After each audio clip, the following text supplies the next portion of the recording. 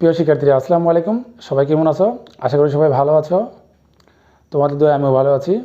আজকের অ্যাসাইনমেন্ট ক্লাসে সবাইকে স্বাগতম। আমি নাজমুল হোসেন, সহকারী শিক্ষক গণিত, কবি নজরুল বালিকা উচ্চ বিদ্যালয়। আজকের অ্যাসাইনমেন্ট ক্লাসের নবম শ্রেণীর গণিত বিষয় নিয়ে আলোচনা করব। অ্যাসাইনমেন্ট ক্লাসটি শুরু করার আগে প্রিয় শিক্ষার্থীরা, তোমরা এখনও যারা আমার চ্যানেলটি সাবস্ক্রাইব করোনি তারা অবশ্যই চ্যানেলটিকে সাবস্ক্রাইব করবে, পাশে থাকা বেল আইকনটি অল করে দিবে পরবর্তী নতুন নতুন ভিডিওর নোটিফিকেশন পাওয়ার জন্য। আর যারা আগে চ্যানেলটি সাবস্ক্রাইব করেছো তাদেরকে অসংখ্য ধন্যবাদ। প্রিয় শিক্ষার্থীরা, তোমরা ভিডিওটি ভালো করে লক্ষ্য করবে। আশা করি অ্যাসাইনমেন্টটি সুন্দর করে খাতায় লিখতে পারবে। 1 নম্বর অঙ্কটি আছে আমাদের 0.6 পৌনঃপুনিক ইন্টু 0.9 পৌনঃপুনিক। আমরা পৌনঃপুনিক বলতে 9 বুঝবো এখানে, আর এখানে 0.6 আছে, আমরা দশমিক যদি বাদ দিই তাহলে এখানে 0.6 যা আছে তাই, আর দশমিকের পরে যে সংখ্যাটা আছে বাদ দিব, আমরা বাদ দিয়েছি 0, আর পৌনঃপুনিকের জন্য 9। এখানে সেম 0.09 দশমিক বাদ দিয়ে আমরা 0.9 ধরবো, আর এখানে দশমিকের পরে যে সংখ্যাটা থাকে সেটা বাদ দিব, আর এখানে পৌনঃপুনিকের জন্য একটা 9। তাহলে বিয়োগ 0 তো কোনো সংখ্যা নাই, তাহলে 6 যা আছে তাই, 6/9, আর এখানেও 9 সাথে 0 বিয়োগ দিলে যা আছে তাই, 9/9। এখানে 9 9 কাটলে 1 হয়। 6-এ যদি আমরা 3টা কাটি তাহলে 3 2 6 আর 3 3 9। 1 নম্বর অঙ্কটি হয়ে গেল। 2 নম্বর অঙ্কটা 32 সমস্ত 37/21। এটা যদি আমরা ভগ্নাংশ ভাঙাই তাহলে 37 তে 32 যদি গুণ দেই, তারপরে আমরা যদি যোগ করি তাহলে 1205/37। 37 তে যদি 1205 আমরা ভাগ দেই তাহলে 32 বার যায়। 32 বার দিলে 1184। 1184 সাথে যদি আমরা 1205 বিয়োগ করি তাহলে 21 হয়। দশমিকের জন্য আমরা কী করতে পারি, তখন 0 আনতে পারি, কারণ আমরা যদি 37 দিয়ে 21 ভাগ দিই তো 37 21-এর মধ্যে ভাগ যায় না, এই কারণে দশমিকের জন্য আমরা 1 0। 37 যদি 210-এর মধ্যে ভাগ করি তাহলে আমরা 5 বার নিতে পারি। 5 মানে 185। 185 থেকে যদি আমরা 210 বিয়োগ করি তাহলে 25। এই দশমিকের জন্য আরেকটা 0 আনতে পারি, তখন আমরা যদি 37 তে 250 ভাগ দিই তাহলে আমাদের কয়বার যায়, 6 বার। তখন যদি আমরা এটার সাথে বিয়োগ করি তাহলে 28। 37-এর মধ্যে 28 যায় না, এই জন্য 7 বার নিচে আমরা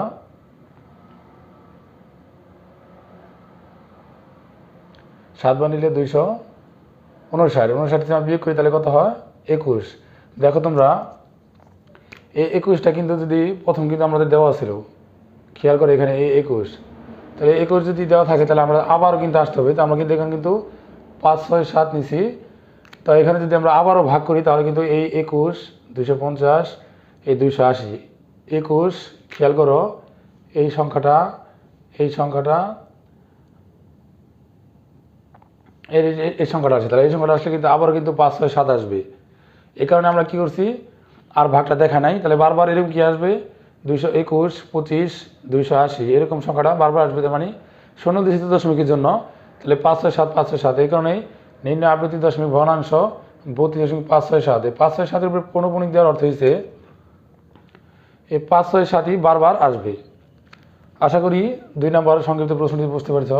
3 নম্বরটা দেওয়া আছে n সমান 2p - 3, p belongs to n। p স্বাভাবিক সংখ্যা বলে 2p অবশ্যই জোড় সংখ্যা এবং 2p - 3 অবশ্যই বিজোড় সংখ্যা হবে। এখন যদি আমরা বর্গ করি, যে এই সংখ্যাটা আছে, তোমরা দাগ দিও না, এই সংখ্যাটা যদি আমরা বর্গ করি উভয়পক্ষকে, তাহলে এখানে n স্কোয়ার, এখানে 2p - 3 বর্গ করে লিখে দিতে পারো বা না লাগলে চলবে।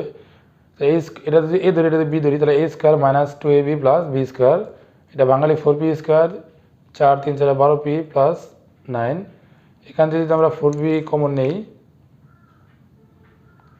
4p কমন নেই, তাহলে 4p দ্বারা যদি p স্কোয়ার ভাগ করে দিলে p 3 4 12 আর p চলে যায় এখানে +9 এই সংখ্যাটা। তাহলে এখানে p 4p এই যে সংখ্যাটা 4p অবশ্যই জোড়, 4p জোড় সংখ্যা, কাজেই 4p p - 3 পুরোটাই কিন্তু জোড় সংখ্যা হবে এবং 4 দ্বারা বিভাজ্য। এই সংখ্যাটা কি হয়েছে, 4 দ্বারা বিভাজ্য, যেটা আমরা কমন নিয়েছি। এই সংখ্যাটা 4 দ্বারা বিভাজ্য। আবার 9কে 4 দ্বারা, এই 9কে 4 দ্বারা ভাগ করলে ভাগশেষ কি হয়, 1 হয়, যেহেতু বিজোড় সংখ্যা আছে।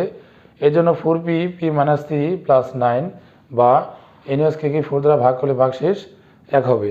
আমাদের প্রশ্ন এটাই চাইছে গতে, যে n কে 4 দ্বারা ভাগ করলে ভাগশেষ কত হবে।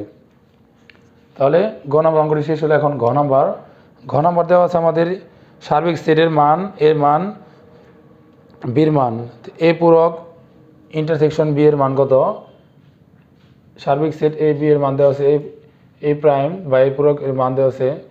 পূরক বলতে আমরা সার্বিক সেট থেকে এর মান বাদ দিব। তো সার্বিক সেট যে মানটা দেওয়া আছে আমরা 2 3 4 5 6 7 9, এটা থেকে আমরা কার মান বাদ দেবো, এর মান 2 4 6। তো বিয়োগের সময় আছে 2 4 6, যা ডানে যে মানটা থাকে বামে সেই মানটা বাদ যাওয়ার পর বামের মান যা থাকে তাই। তাহলে আমাদের এখানে কী কী মান দেওয়া আছে, 2 4 6। তা আমরা কী করবো, 2 4 6 এই তিনটা মান বাদ দিয়ে আমাদের বামে যা থাকবে আমরা তাই এখানে লিখব। এখন প্রশ্ন দেওয়া আছে এ প্রাইম ইন্টারসেকশন বি।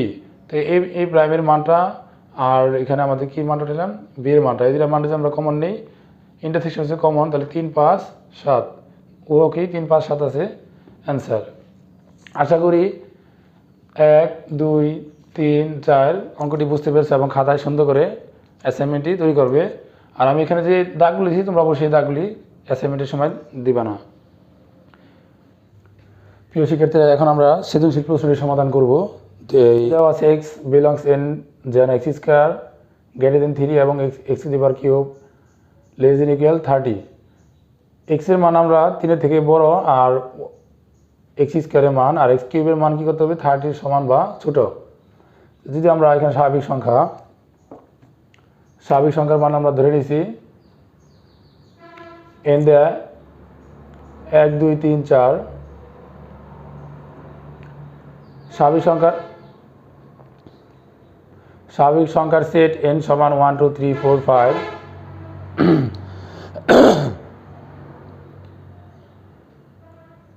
স্বাভাবিক সংখ্যার সেট n সমান 1 2 3 4 5 ডট ডট।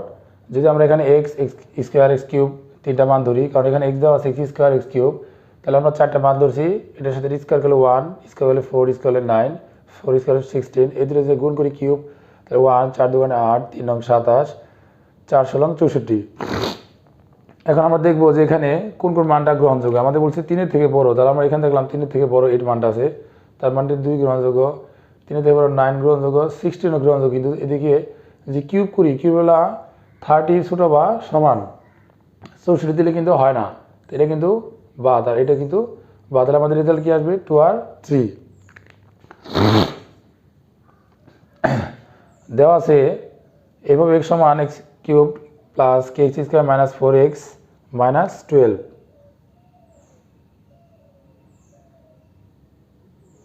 এখন যদি আমরা এখানে এক্স এর জায়গায় কি -2 বসাই, তাহলে প্রত্যেকটা এক্স এর জায়গায় আমরা কি করব, পরিবর্তন করব এক্স এর মানটা, -2 cube minus x square, x এর মান দিলাম এখানে -2 -12। এটা ভাঙালে 2 এর পাওয়ার কিউব মানে 8 আর মাইনাসের মাইনাস, কারণ যদি মাইনাস আমরা কিউব করি তাহলে মাইনাসই হয়। মাইনাসের পর করলে প্লাস 0 4 তাহলে 4k মাইনাস মাইনাসে প্লাস 4 2 8 -12 -8 প্লাস 8 কাটলে 4k -12। যেহেতু আমাদের এফ অফ এক্স সমান এটা দেওয়া ছিল, তাহলে আমরা এফ অফ আমাদের বলছে এফ অফ -2 সমান এটা, তাহলে আমরা এফ অফ -2 এখানে পুরো দেওয়া আছে যে এফ অফ -2 সমান 0 হলে, তাহলে আমরা এফ অফ -2 যদি 0 দিই তাহলে এটার মান আমরা কত পাইছি, 4k -12। যে 4k -12 0 0 4k রাখলাম -12 প্লাস 12, এখান থেকে এখানে আসবা। যদি 4k কে রাখি তাহলে গুণ আছে, এই পাশে ভাগ করবো, 4 যদি 12 ভাগ করি তাহলে 3 4 12। আমাদের যেহেতু প্রমাণে বলা আছে যে কি রুট কি একটি অম্ল সংখ্যা, তাহলে আমরা ওকে রুট দিলাম এখানে ধরি বাই কিউ, যেখানে পি বাই কিউ বই স্বাভাবিক সংখ্যা এবং পি ও কিউ সমমৌলিক এবং কিউ গ্রেটার দেন 1। এটা সাইড নোটের মধ্যে দিবে। আমরা যদি দুটো পক্ষে বর্গ করি তাহলে এটার স্কোয়ার দিলে স্কোয়ার রুট কাটা যায়, P square by Q square, এখান থেকে একটা কিউ সরানো গেলে এখানে একটা কিউ কম থাকে। তাহলে এখন স্পষ্ট যে এটা একটা পূর্ণ সংখ্যা, কিন্তু এটা কিন্তু পূর্ণ সংখ্যা নয়। আমরা তাই লিখছি এখানে 3q এবং পি স্কোয়ার কিউ সমান হতে পারে না, অর্থাৎ 3q not equal P square by Q. এটা তোমরা এক লাইনে লিখবা। পরে লিখলাম যে √3কে পি বাই কিউ আকারে প্রকাশ করা যায় না, অর্থাৎ √3 not equal P by Q. তোমরা এটা দিবা, এইটা একবার দিবা, এই জিনিসটা মনে রাখবা যে এটা সমান হতে পারে না। আরেকবার কি দিবা, এই দুইটা জিনিস সমান হতে পারে না, অর্থাৎ এটা তোমরা একটা নিয়ে লিখবা √3 not equal P by Q. এই নট ইকুয়ালটা তোমরা একটু বাঁকা করে দিবে, এটা নট ইকুয়াল, অর্থাৎ সুতরাং √3 একটি অমূলক সংখ্যা। শুট দেখা যে বলছে। আশা করি তোমরা ক খ অঙ্কটি বুঝতে পেরেছ। এখন আমরা গ নম্বর অঙ্কটি সমাধান করবো 1 নং প্রশ্নের, জি অফ এ সমান যদি এটা দেওয়া থাকে তাহলে আমাদের যে মানটা পরিবর্তন করতে হচ্ছে জি অফ এ স্কোয়ার, আমরা যে এর জায়গায় এ স্কোয়ার পরিবর্তন করি তাহলে 1 থাকবে, এর জায়গায় কী করবো এ স্কোয়ার পরিবর্তন করবো, এর জায়গায় এ স্কোয়ার, আর পাওয়ারগুলি যা আছে আমরা তাই দিয়ে দিব। এখানে কিউব আর সিক্স দিলাম, এখানে যা আছে তাই এর মান আর কিউবের কিউব, এর মান আমাদের কিন্তু খেয়াল করবো এর মান এ স্কোয়ার, সব জায়গায় এর মান কিন্তু এ স্কোয়ার বসেছি। 1 3 দুগুণে 6, 6 দুগুণে 12, 3 দুগুণে 6। আবার জি অফ এ সমান এটা দেওয়া আছে, এটার পরিবর্তে আমরা কী করবো এ টু দি পাওয়ার -2 বা জি অফ 1, আমরা জানি মাইনাসের জন্য 1 বাই দাগ মানে ভাগ চলে যায়, এই 1-এর জন্য 1 বাই দাগ আর এ স্কোয়ার মানে এটা হলো ভাগ থাকলে তোমরা মানটা নিচে নিয়ে যাবে, যে জায়গায় তোমাদের এর মান ছিল সেদিকে আমরা লিখবো এ টু দি পাওয়ার -2 বা এ বাই এ স্কোয়ার। আমরা দেখো এর জায়গায় কিন্তু এই মানটা বসেছি, আমরা এর জায়গায় 1 বাই স্কোয়ার পাওয়ার যা আছে তাই, এই জায়গায় 1 বাই স্কোয়ার পাওয়ার যা আছে তাই, এই জায়গায় পাওয়ারটা যা থাকবে সেই মানটা আমরা এখান থেকে খালি মানটা চেঞ্জ করছি, পাওয়ার ঠিক থাকবে। 1-এর 1 কিউব করলে 1 হয়, এ স্কোয়ার 3, এটা যদি ভাঙে আমরা তাহলে এ টু দি পাওয়ার 6, এটা এ স্কোয়ার যদি 6 হয় মানে 12 এ টু দি পাওয়ার, আর এখানে 1-এর 1 এ to the power A square যদি 3বার লিখি তাহলে এ টু দি পাওয়ার 6। এখন এখানে খেয়াল করবা এই উপরে কিন্তু আমাদের একটা পার্ট আর নিচে একটা পার্ট, তাহলে নিচের হর আছে এ to the power 6, A to the power 12, এই দুটোর মধ্যে বড় কি নিচে, এটা নিচে তো কিছু নাই, তো এ টু দি পাওয়ার 12 বড়, এ টু দি পাওয়ার 12 যদি 1টা যদি গুণ দিই তো এ to the power 12, a to the power 6 দিয়ে 12 ভাগ করে 6, 1টা যদি গুণ করি এ টু দি পাওয়ার 6, আর a to the power 12, a to the power 12 ভাগ করলে 1 যায়, 1 ওকে 1, আর নিচে যা তাই। তাহলে আমাদের এই প্রথম অংশটা আমরা এখানে লিখলাম, আর এই ভাগের জন্য গুণ এই অংশটা আমরা এখানে এসে উল্টা দিলাম, এ to the power 6 A to the power 6, আর এখানে যা আছে শুধুমাত্র এই অঙ্কটার সাথে মিলানোর জন্য আমরা 1 এটা আর এটা এই তিনটা জিনিস আমরা ঘুরে লিখলাম। এখানে দেখো এটার সাথে আমাদের কিন্তু এই মান জি অফ এর জায়গায় যে স্কোয়ার যে মান পাইছি, জি অফ এর জায়গায় যদি জি of a to the power -2 দিই তাহলে কি মান আসে, এই জন্য প্রমাণের জন্য আমরা এই মানটা ঘুরে লিখছি। তাহলে সুতরাং g of a square equal g of a to the power -2 proof. আশা করি 1 নম্বর সৃজনশীল অঙ্কটি তোমরা সম্পূর্ণ বুঝতে পেরেছ। প্রিয় শিক্ষার্থীরা, এখন আমরা 2 নং সৃজনশীল সমাধান করব। এখানে একটা বহুভুজ দেওয়া আছে, ডি হতে এজির উপর ডিপি লম্বা আঁকি, তাহলে ডিপি ও ইজি পরস্পর সমান্তরাল হবে, অর্থাৎ ডিপি ও ইজি সমান 5 সেন্টিমিটার। এখানে দেখো মানটি দেওয়া আছে ডি হতে এজি কোথায় আছে আমাদের দেখো তো, এজির উপর আমরা কী আছি ডিপি লম্বা আঁকছি, ডিপি আমরা একটা লম্বা আঁকছি, তাহলে ডিপি ও ইজি কী হবে পরস্পর সমান্তরাল হবে, দুটার মান কিন্তু 5 সেন্টিমিটার। দেখো ডিপি ও ইজি এর মান 5 সেন্টিমিটার, তাহলে আমরা কি লিখতে পারি ডিপি 5 সেন্টিমিটার, সিপি যদি আমরা সিপির মান বের করতে চাই, সিপির মান তাহলে আমরা এই দুটা যোগ করবো, যোগ করলে 7 5 12, তাই ইডি ও জিপি পরস্পর সমান্তরাল হবে, ইডি ও জিপি 5 সেন্টিমিটার, ইডি ও জিপি দুটা কি আছে 5, এই পাশে আর এই পাশের মান এক পাশে দিলেই হয় 5 সেন্টিমিটার। তাহলে এপির মান যদি আমরা এপির মান বাই করতে যাই তাহলে আমরা কি করতে হবো 12 থেকে আমাদের 7, এই যে 12 থেকে আমরা যদি 7 বাদ দিই, এই 5 থেকে 12 যদি বাদ দিলাম কত হবো 7 সেন্টিমিটার। এখন সি হতে এপির উপর সিকিউ লম্বা আছে, এখন সি হতে এবি এর উপর কি আঁকছি সিকিউ লম্বা আঁকি, সিকিউ এবি পরস্পর সমান্তরাল হবে, সিকিউ আর এবি কি এবি পরস্পর সমান্তরাল হবে, সিপি ও এ কিউ কী হবে পরস্পর সমান্তরাল হবে, এ কিউ পরস্পর সমান্তরাল হবে, সিপি সমান সমান এ কিউ 12 সেন্টিমিটার, সিপি 7 আর 5 12 তাহলে 12 সেন্টিমিটার, সিপি আর এসে আমাদের সিপি আর এ কিউ 12 সেন্টিমিটার দুটা সমান। যদি আমরা বি কিউ মান বাই করতে যাই তাহলে আমাদের এই 15 থেকে বাদ দিতে হবে, তাহলে 12 থেকে যদি আমরা 15 থেকে যদি 12 বাদ দিই, এই 15 থেকে যদি আমরা 12 বাদ দিই তাহলে আমাদের মানটা চলে আসে কত 3 সেন্টিমিটার। এখন বিসি কিউ এই যে আমাদের একটা সমকোণী ত্রিভুজ আছে, এখানে কত ডিগ্রি আছে 90 ডিগ্রি, যদি আমরা এটার অতিভুজ ধরি এখান থেকে খেয়াল করো সবাই, বিসিজি অতিভুজ ধরি তাহলে লম্ব স্কয়ার প্লাস ভূমি স্কয়ার আমরা জানি পিথাগোরাসের সূত্র মতে, তাহলে C Q square plus B Q square, C কিউর মান আর বি কিউর মান যদি আমরা বসা দিই 7 আর 3 তাহলে আমাদের স্কয়ার করলে কি 49 নয় 58 হয়, বিসি যদি আমরা স্কয়ারটা উঠা দিই তা 58 স্কয়ার করলে 7.616 সেন্টিমিটার, প্রায় দিতে পারো তোমার সমস্যা নয় অ্যান্সার। তাহলে আশা করি 2 নং সৃজনশীল 2 নং প্রশ্নের ক অঙ্কটি তোমরা সবাই বুঝতে পেরেছ। 1 নং সৃজনশীল প্রশ্নটি সমাধান করব। বহুভুজ থেকে আমাদের চিত্র দেওয়া আছে, ওটা আমাদের কতবার আঁকলে আমাদের আর দিতে হয় না।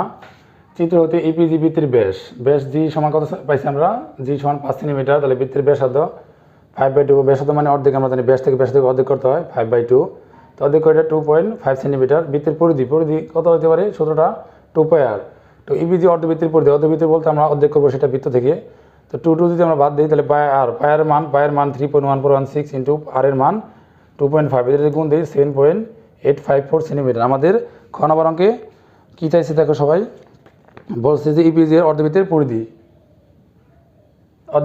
তাহলে আমরা অর্ধবৃত্তের পরিধি পেয়ে গেলাম। এখন আমরা গ নাম্বারটা দেখবো। গ নাম্বারটা আমাদের হচ্ছে ABCD EFG এর পরিসীমা। তা আমরা চিত্র হতে আমরা মান নিয়ে নই। এবির মান 15 সেন্টিমিটার, BC এর মান 7.616 সেন্টিমিটার, ক আমরা মানটা পাইছি। সিডি এর মান 7 সেন্টিমিটার, ডি এর মান 5 সেন্টিমিটার। আমাদের এটা কিন্তু চিত্রতে সব মান দেওয়া আছে। ইপিজি সমান 7.854 সেন্টিমিটার, সেটা আমরা কতে পাইছি। ABCD EFG এর পরিসীমা বলতে আমরা জানি সবগুলো আমাদের যোগ করতে হবে। AB BC CD D এগুলি সবগুলো যদি আমরা যোগ করি আর ইপিজি এই প্রত্যেকটা যদি আমরা যোগ করি তাহলে আমরা আমাদের এই মানটা পাবো 15, 15, 7.16, 7.616 প্লাস 7 প্লাস 7.85 প্লাস 12। এই প্রত্যেকটা মান আমরা কী পাবো, যোগ করলে 49.47।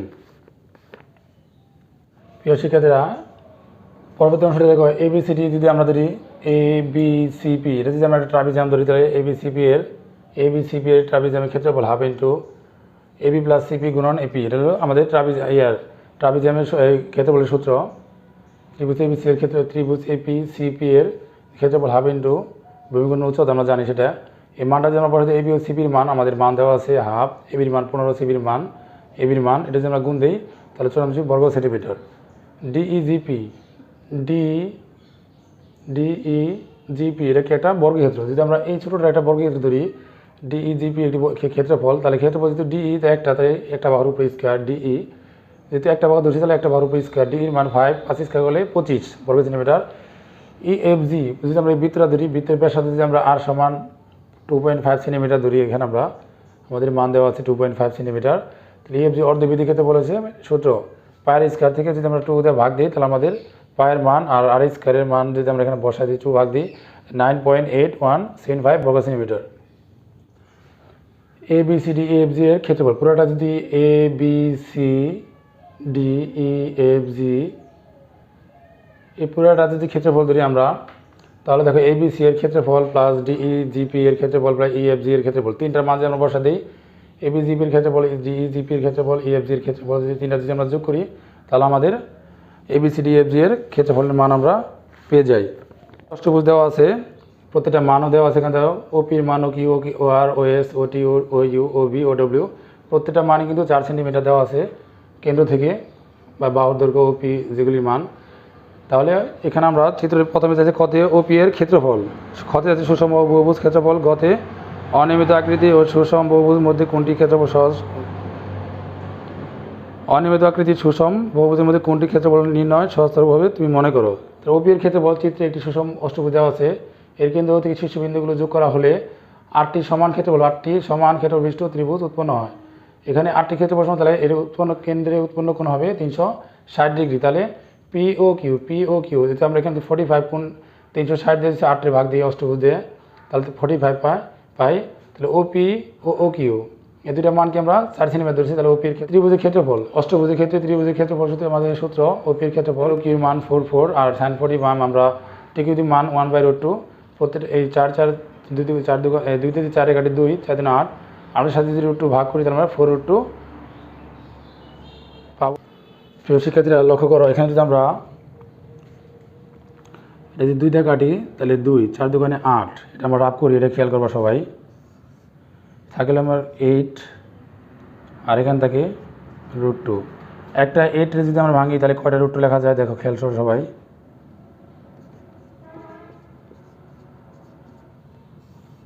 আর একটা 2 আমাদের এখানে থাকলো, প্রত্যেকটা জোড়া √2 করলে আমাদের √2 2 থাকে, √2 থাকে, √2 থাকলে প্রত্যেকটা জোড়া থেকে 2 2 2 2 4 4 2 8। তাহলে যে আমরা একটা কেটে দিই, খেয়াল করো, তাহলে 2 স্কোয়ার কাটা গেলে 2, প্রত্যেকটা জোড়া থেকে খেয়াল করো এখানে সবাই, প্রত্যেকটা জোড়া থেকে কাটলে 2 থাকে, প্রত্যেকটা জোড়া থেকে যদি আমরা স্কোয়ার রুট কাটে 2 থাকে। তো 2 2 4 আমাদের 1 2 3 4 5 6, 6টার বাংলা আমরা 8 পাবো, আর √2 থেকে কাটা 5টা থাকে। তো 2 2 4 4√2। এখানে কিন্তু আমরা লাইনটা কমে রাখছি, এখানে খেয়াল করবো, এখানে 8এর ভাঙলে আমাদের 6টা √2 পাই আমরা, আর 6টা √2 থেকে একটা কাটলে 4টা √2, 1 2 3 4 একটা কাটা গেলে 4টা √2, 4 2 2 4 4√2। খ নম্বরটা আমাদের OP এর ক্ষেত্রে বল, কতে মান পেলাম 4√2 সুষম অষ্টভুজের ক্ষেত্রফল 8 গুণন অষ্টভুজের ক্ষেত্রফল 8 গুণন ওপি এর ক্ষেত্রফল এটি আর ওপি কিউ এর মান 4.4√2 এটা যেগুলো 4টা 32 বর্গ সেন্টিমিটার। আশা করি ক খ অঙ্কটি সবাই বুঝতে পেরেছেন। প্রশ্ন দেওয়া আছে অনিয়মিত আকৃতির ও সুষম বহুভুজের মধ্যে কোনটির ক্ষেত্রফল নির্ণয় সহজতর বলে তুমি মনে করো। এখানে একটি অষ্টভুজ দেওয়া আছে। প্রশ্নের উত্তর বিশ্লেষণ করে দেখা যায় যে অনিয়মিত আকৃতির বহুভুজের ক্ষেত্রফল নির্ণয় করতে অনেকগুলো আলাদা বা ভিন্ন আকৃতির ক্ষেত্রের ক্ষেত্রফল নির্ণয় করতে হয়, যা রীতিমতো জটিল ও সময় সাপেক্ষ এবং ঠিকঠাক উত্তর করাও কঠিন। অপরদিকে একটি সুষম বহুভুজের ক্ষেত্রফল নির্ণয় করা খুবই সহজ। আশা করি আজকের অ্যাসাইনমেন্ট ক্লাসটি তোমরা খুব মনোযোগ সহকারে লক্ষ্য করেছ। প্রথমে সংক্ষিপ্ত প্রশ্ন, তারপরে আমরা 3টা সৃজনশীল প্রশ্ন সমাধান করেছি। সৃজনশীল প্রশ্ন সমাধান করেছি। যদি আমার ক্লাসটি তোমাদের কোনো সমস্যা হয়ে থাকে তাহলে অবশ্যই কমেন্ট বক্সে জানাবা। আর পরবর্তী ক্লাসে অ্যাসাইনমেন্ট নিয়ে তোমাদের সামনে উপস্থিত হবো। আজকের মতো এখানেই বিদায়। সবাইকে ধন্যবাদ।